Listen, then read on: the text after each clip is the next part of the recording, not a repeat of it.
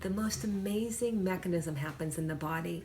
When we get injured, our body institutes a governor system on the body. Imagine if you had a motorcycle and you were giving a motorcycle to a young adult or a child. What they have on motorcycles is they have this thing that's called a governor, so that the motorcycle can't go very fast. So you put a governor so the motorcycle can only go a certain speed. So it holds back the power of the system. The body has the most amazing mechanism that does the same thing. It governs the system. If you have an injury, the body will actually hold itself back by turning off its core, turning off the core musculature, which support the spine, so that you cannot use your power.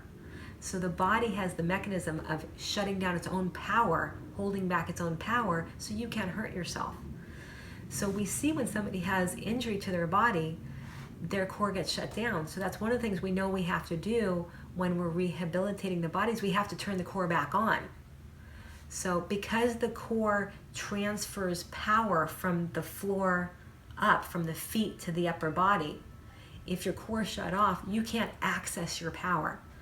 So another way to say it is that one way to keep your body safe is to shut down the amount of power you can access, and the body will shut down the core so that you can't use your own power.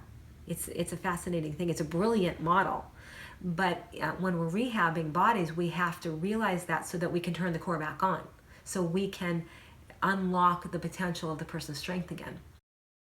Yeah, so when we have an injury and the body uses its own mechanism of governing its own strength by shutting down the core, one of the first things we need to do is go back in and activate the core again. So it's going back to the basics, the very basic movements to activate deep core muscles. And the deep core muscles are the muscles that are right up against the spine. They're literally the muscles that attach to the spine. Your abdominal muscles are not core muscles technically. The abdominal muscles are on the surface, they're superficial, and they're not up against the spine. So we would go back to the basics when your core is shut down and reactivate and get those online with the brain again.